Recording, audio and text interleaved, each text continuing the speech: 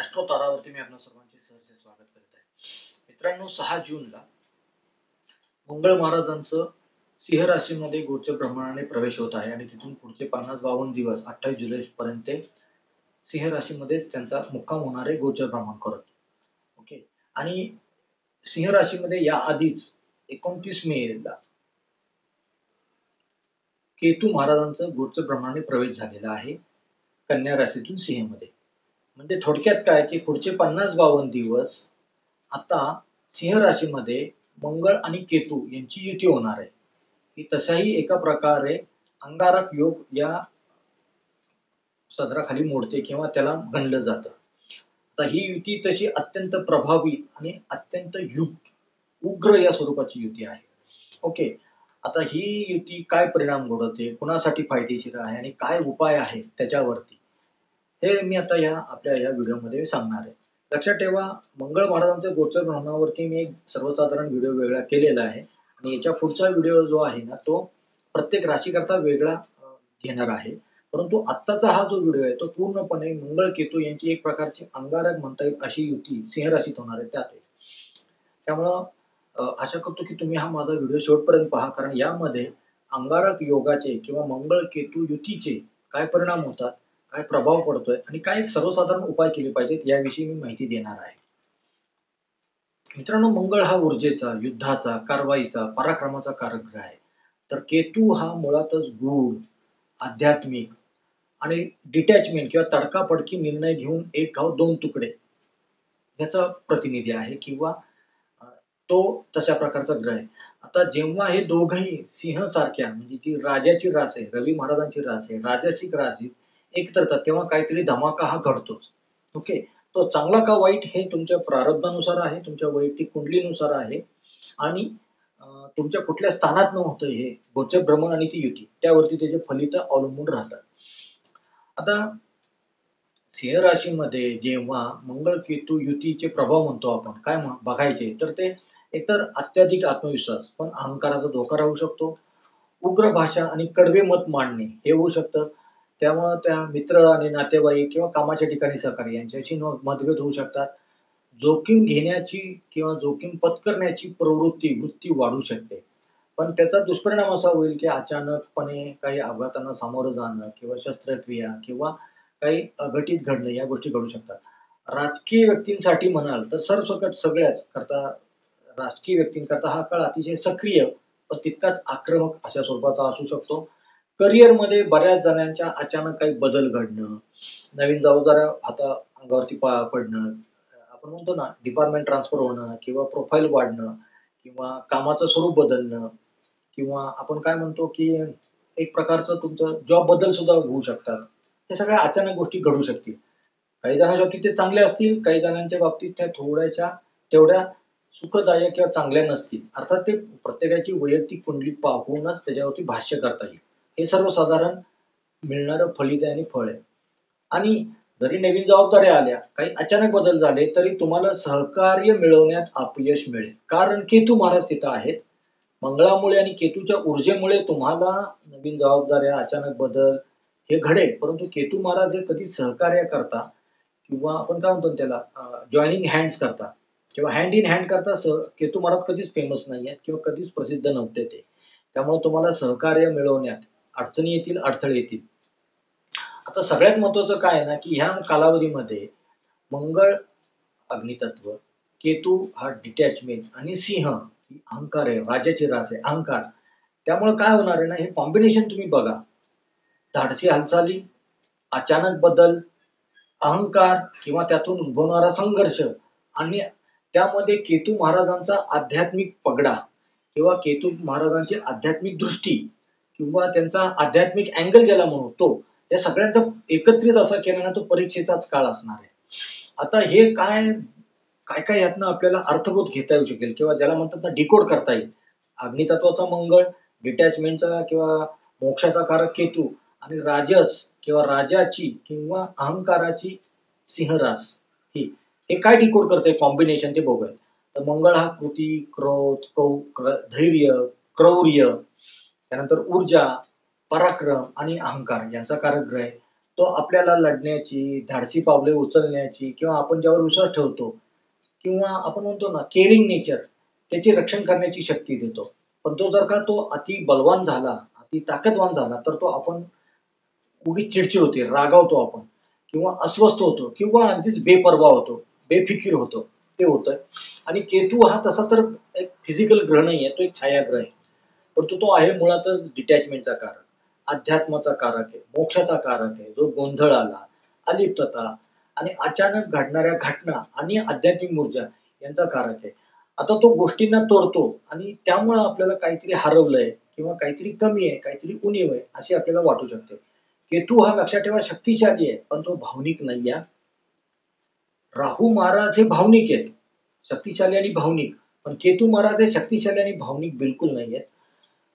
कुठल्याही प्रकारची आसक्ती, ओढ किंवा आपण काय म्हणतो ना हाव न ठेवता कार्य करणं ही केतू महाराजांची स्पेशालिटी आहे, खासियत आहे. त्यामुळे केतू महाराज कार्य पार पाडण्याकरता तुम्हाला एन्करेज करतील, तुम्हाला प्रमोट करतील, तुम्हाला सपोर्ट करतील, परंतु ते तितकीच कसली आसक्ती ठेवणार नाही. मा फलेषु कदाचन अशी त्यांची प्रवृत्ती आहे. तर सिंह हे नेतृत्व, अभिमान, अहंकार, सर्जनशीलता, प्रसिद्धी आणि अधिकार. राजा आहे तो, राजाची रास आहे, एक प्रकारचा राजवाडा आहे, बरोबर ना? त्यामुळे अधिकाराची रास आहे. त्यामुळे आपण असं म्हणू शकतो ना की हे सगळं सूर्याच्या नियंत्रणाखाली आहे. मंगळाला पराक्रम करून दाखवून चमकदार कामगिरी करायची, नेतृत्व करायचंय, आदर मिळवायचा हे सगळं आहे, परंतु त्यात तो अहंकार देखील आहे. आणि तो जर का अहंकार असंतुलित असल्यास तो अहंकारी घातक बनू शकतो. आता हे जी ग्रह आणि गोचर आणि राशी आहे याचं काय, मोठे निर्णय त्याचे परिणाम काय होऊ शकतील किंवा काय अपेक्षा ठेवता येतील आपल्याला. लक्षात ठेवा, मंगळ, रवी, सिंह आणि केतू यामुळे अपेक्षा काय ठेवू शकतो कॉम्बिनेशन मधून डिकोड करायचे. तर मोठे निर्णय लवकर घेतले जाऊ शकतात, धाडसी कृती घाईघाईने आपण ज्याला म्हणतो ना एकदम धाडकन धाडसी कृती केली जाऊ शकते, आवेगपूर्ण वाटू शकते.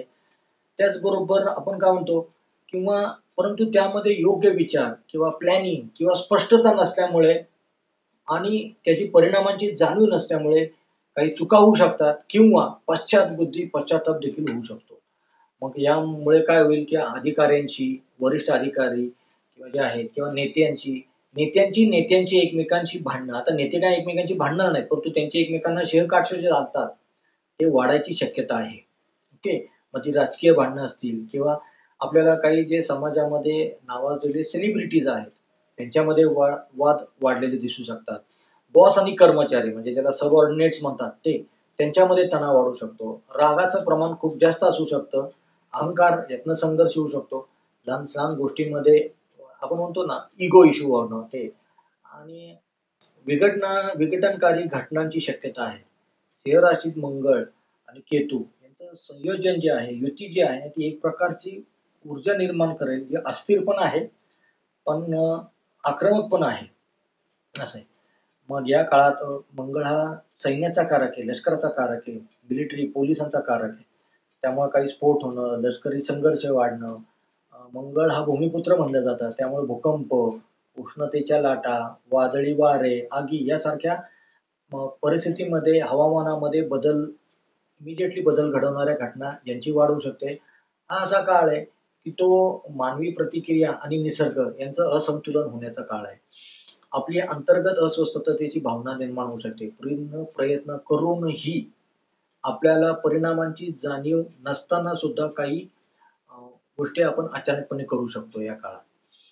त्यामुळं या काळात काय करायचंय की एक तर अहंकार वाढू द्यायचा नाही, इच्छाशक्ती प्रबळ ठेवायची, ती प्रबळ झालेलीच आहे पण ती चॅनलाइज करून प्रॉपर ठिकाणी वापरायची आणि अंतर्गत शिस्त किंवा आपण जे म्हणतो ना सेल्फ डिसिप्लिन याची परीक्षा घेणारा काळ आहे.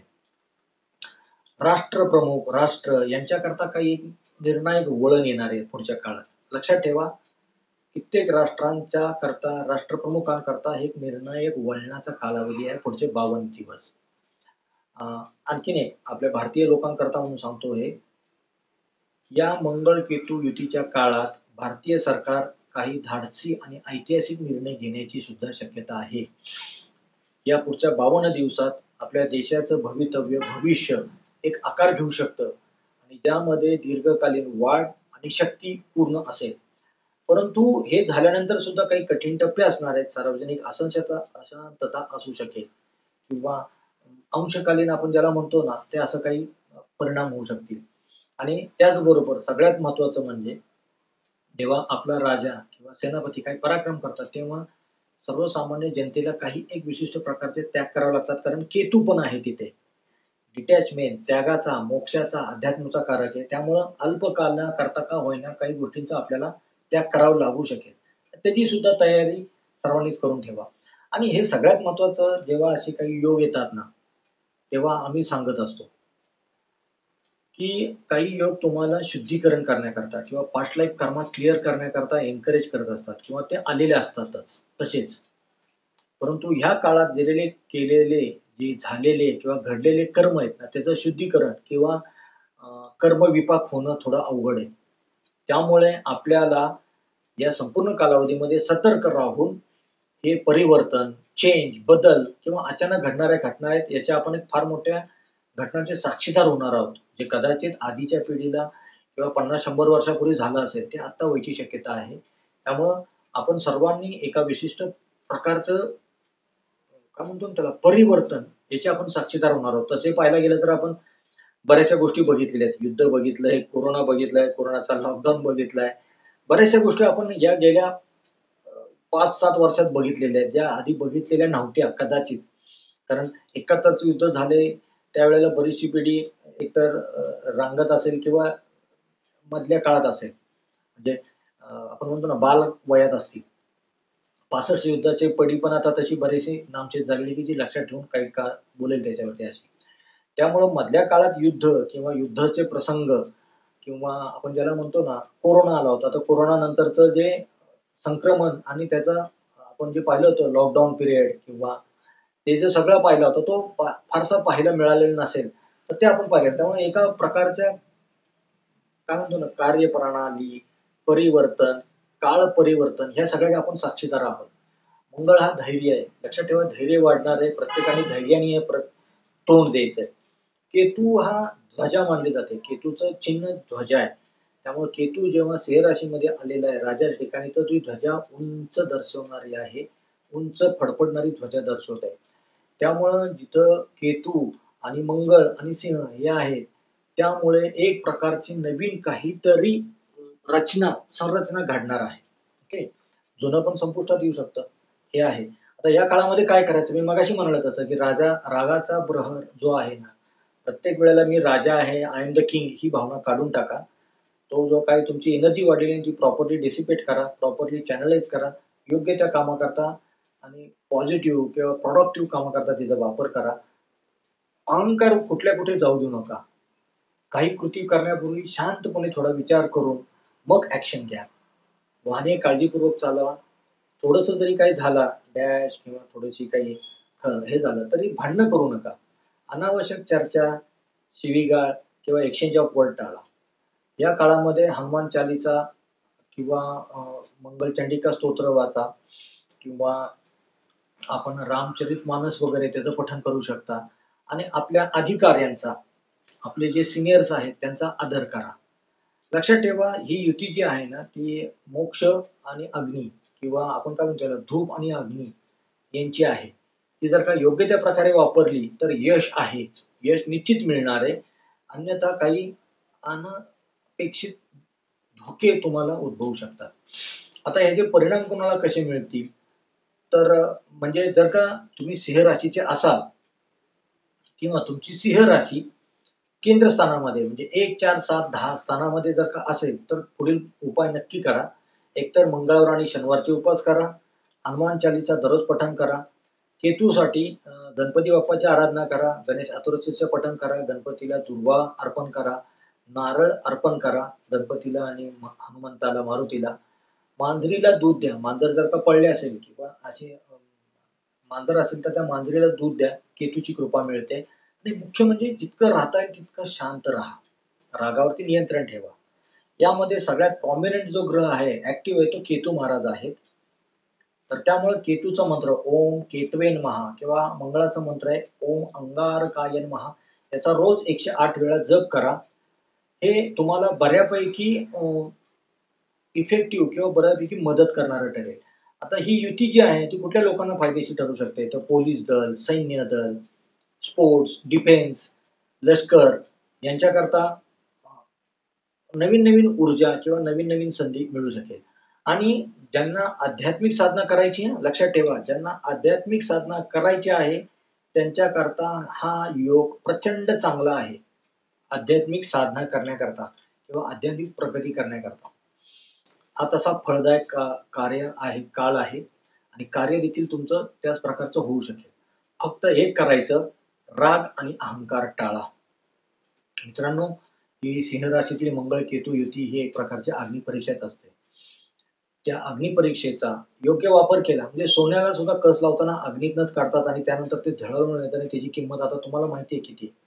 त्याचा जर का योग्य प्रकारे वापर केला तर आपल्याला राजयोग मिळतो आणि जर का चुकलो तर संकट ओढवली जातात.